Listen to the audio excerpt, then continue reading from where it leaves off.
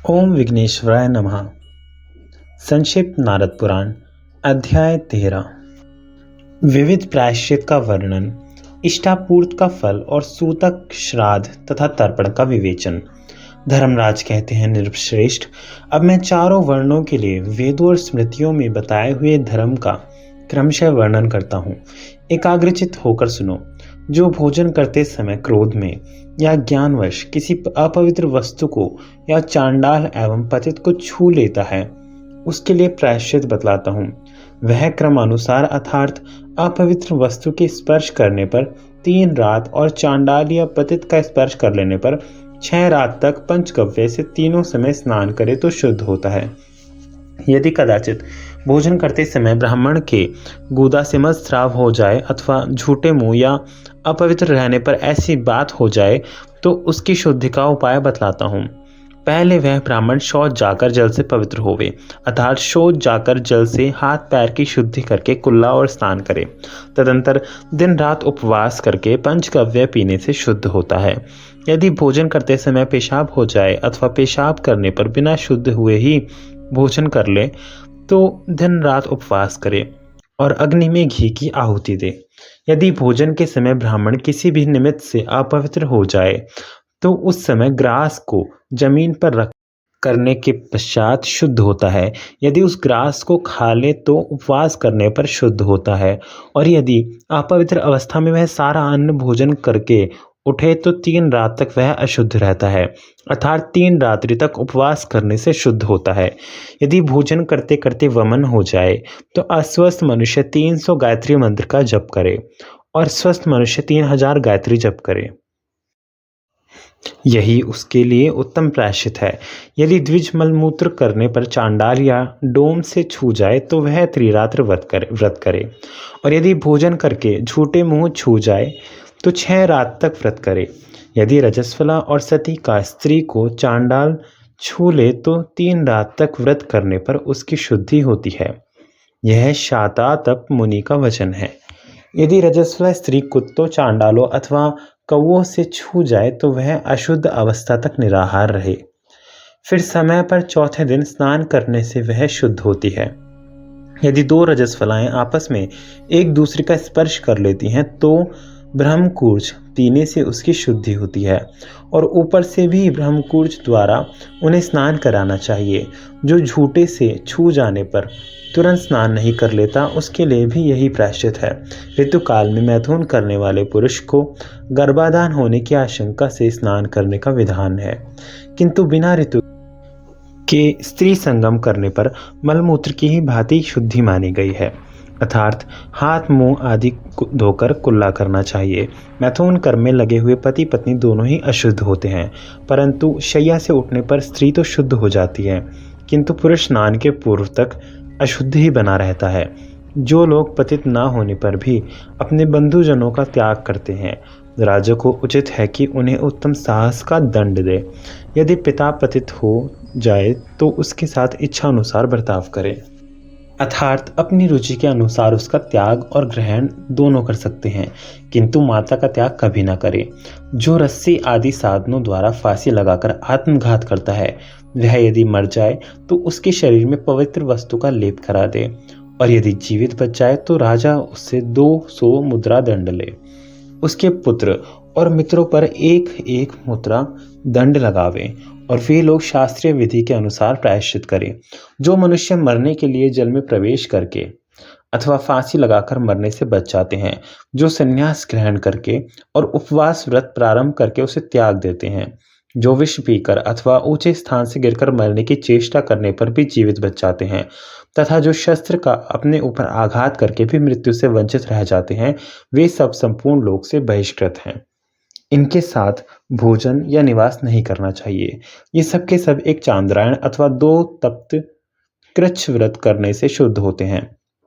कुत्ते, सियार और वानर आदि जंतुओं के काटने पर तथा मनुष्य द्वारा दांतों से काटे जाने पर भी मनुष्य दिन रात अथवा संध्या कोई भी समय क्यों न हो तुरंत स्नान कर लेने पर शुद्ध होता है।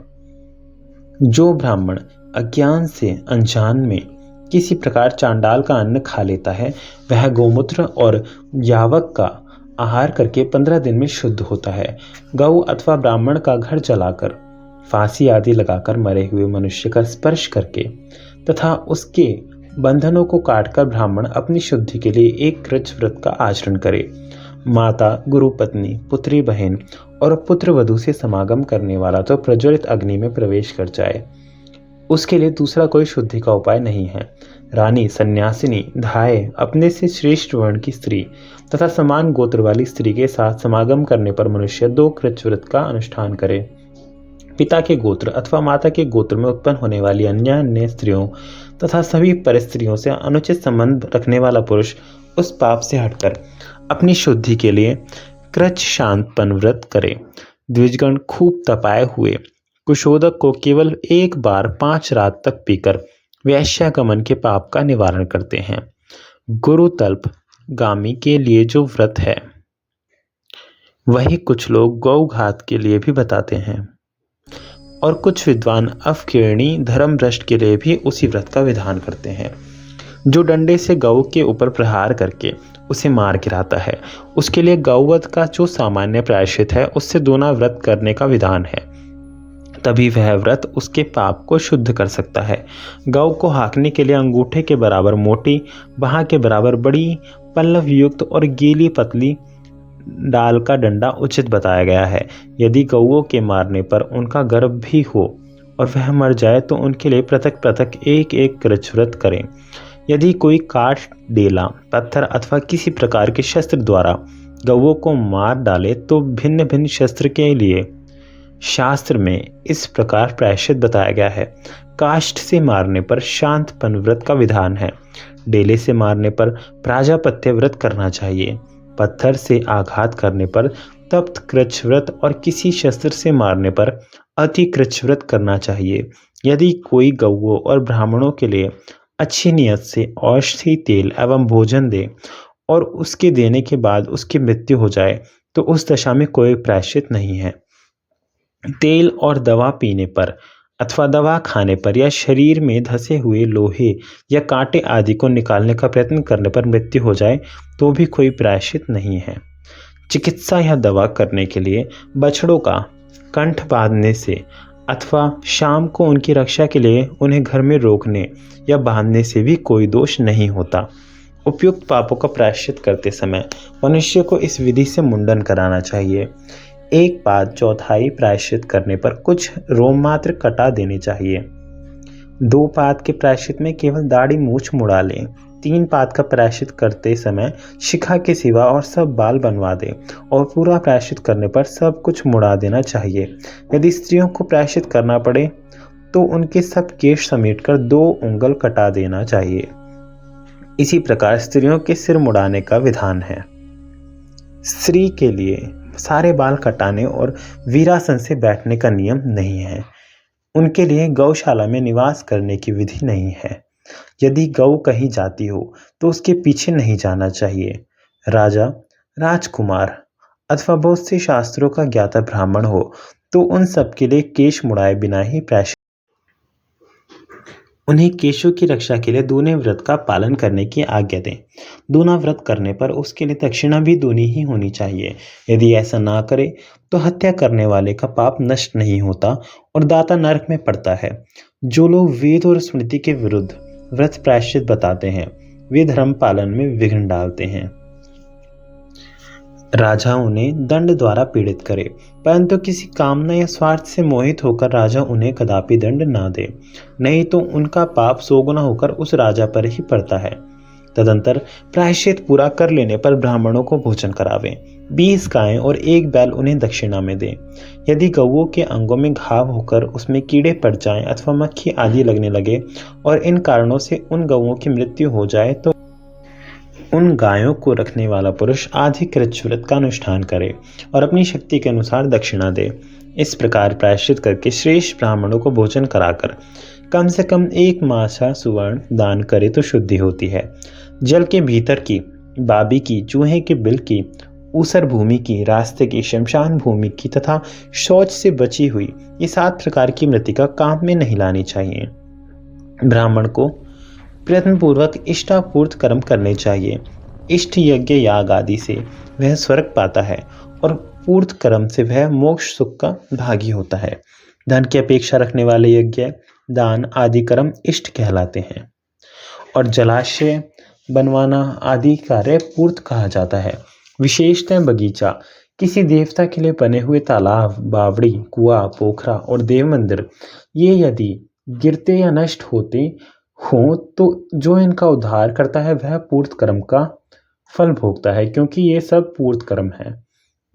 सफेद गाय का मूत्र, काली गऊ का गोबर, तांबे के रंग वाली गाय का दूध, सफेद गाय का दही और कपिला गाय का घी, इन सब वस्तुओं को लेकर एकत्र करें तो वह पंचगव्य बड़े बड़े पातकों का नाश करने वाला होता है। कुशों द्वारा लाए हुए तीर्थ जल और नदी जल के साथ उक्त सभी द्रव्यों को पृथक पृथक प्रणव मंत्र से लाकर प्रणव द्वारा ही उन्हें उठावें। प्रणव जप करते समय ही उनका आलोड़न करें और प्रणव के उच्चारण पूर्वक ही पिए। पलाश वृक्ष के बिचले पत्ते में अथवा तांबे के शुभ पात्र में अथवा कमल के पत्ते में या मिट्टी के बर्तन में कुशोदक सहित उस पंचगव्य को पीना चाहिए। एक सूतक में दूसरा सूतक उपस्थित हो जाए तो दूसरे में दोष नहीं लगता, पहले सूतक के साथ ही उसकी शुद्धि हो जाती है। एक जन्ना शौच के साथ दूसरा जन्ना शौच और एक मरना शौच के साथ दूसरा मरना शौच भी शुद्ध हो जाता है। एक मास के भीतर गर्भस्राव हो तो 3 दिन का अशौच बताएं।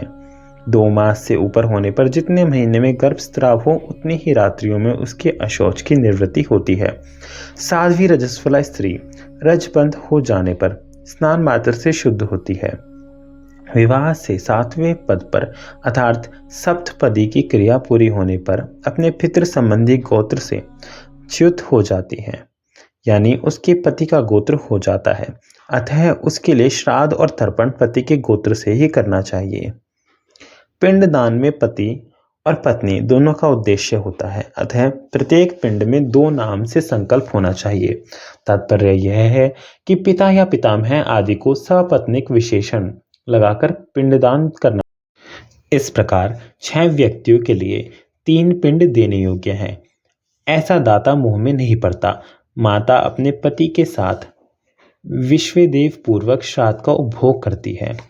इसी प्रकार पितामही और प्रपितामही भी अपने अपने पति के साथ श्राद्ध भोग करती है। प्रत्येक वर्ष में माता पिता का एक उद्दिष्ट श्राद्ध द्वारा सत्कार करें। उस वार्षिक श्राद्ध में विश्वदेव का पूजन नहीं किया जाता, अतः उनके बिना ही वह श्राद्ध भोजन करावें। उसमें एक ही पिंड दें। नित्य नैमित्तिक, काम्य, वृद्धि श्राद्ध तथा पार्वण। विद्वान पुरुषों को ये 5 प्रकार के श्राद्ध जानने चाहिए। ग्रहण, संक्रांति, पूर्णिमा या अमावस्या पर्व, उत्सव काल तथा महालय के अवसर पर मनुष्य 3 पिंड दे और मृत्यु तिथि को एक ही पिंड दे। जिस कन्या का विवाह नहीं हुआ है वह पिंड गोत्र और सूतक के विषय में पिता के गोत्र से पृथक नहीं है। पाणी ग्रहण और मंत्रों द्वारा वह अपने पिता के गोत्र से पृथक होती है। जिस कन्या का विवाह जिस वर्ण के साथ होता है उसके समान उसे सूतक भी लगता है। उसके लिए पिंड और तर्पण भी उसी वर्ण के अनुसार होने चाहिए। विवाह हो जाने पर 4थी रात में वह पिंड, गोत्र और सूतक के विषय में अपने पति के साथ एक हो जाती है। मृत व्यक्ति के प्रति हित बुद्धि रखने वाले बंधुजनों को शवदाह के प्रथम, द्वितीय, तृतीय अथवा चतुर्थ दिन अस्थि संचय करना चाहिए, अथवा ब्राह्मण आदि 4 वर्णों का अस्थि संचय क्रमशः 4थे, 5वें, 7वें और 9वें दिन भी कर्तव्य बताया गया है। जिस मृत व्यक्ति के लिए 11वें दिन वृषोत्सर्ग किया जाता है वह प्रेत लोक से मुक्त और स्वर्ग लोक में प्रतिष्ठित होता है। नाभि के बराबर जल में खड़ा होकर मन ही मन यह चिंतन करें कि मेरे पितर आवें और यह जल अंजलि ग्रहण करें। दोनों हाथों को संयुक्त करके जल से पूर्ण करें और गोश्रंग मात्र जल उठाकर उसे पुनः जल में डाल दें। जल में दक्षिण की और मुंह करके खड़ा हो आकाश में जल गिराना चाहिए, क्योंकि पितरों का स्थान आकाश और दिशा दक्षिण है। देवता आप जल कहे गए हैं और पितरों का नाम भी आप है, अतः पितरों के हित की इच्छा रखने वाला पुरुष उनके लिए जल में ही जल दे। जो दिन में सूर्य की किरणों से तपता है, रात में नक्षत्रों के तेज तथा वायु का स्पर्श पाता है, और दोनों संध्याओं के समय भी उक्त दोनों वस्तुओं का संपर्क लाभ करता है, वह जल सदा पवित्र माना गया है। जो अपने स्वभाव में हो, जिसमें किसी अपवित्र वस्तु का मेल ना हुआ हो, वह जल सदा पवित्र है। ऐसा जल किसी पात्र में हो या पृथ्वी पर सदा शुद्ध माना गया है। देवताओं और पितरों के लिए जल में ही जलांजलि दें, और जो बिना संस्कार के ही मरे हैं उनके लिए विद्वान पुरुष भूमि पर जलांजलि दें। श्राद्ध और होम के समय एक हाथ से पिंड एवं आहुति दें, किंतु तर्पण में दोनों हाथों से जल देना चाहिए। यह शास्त्र द्वारा निश्चित धर्म है। ओम नमः शिवाय।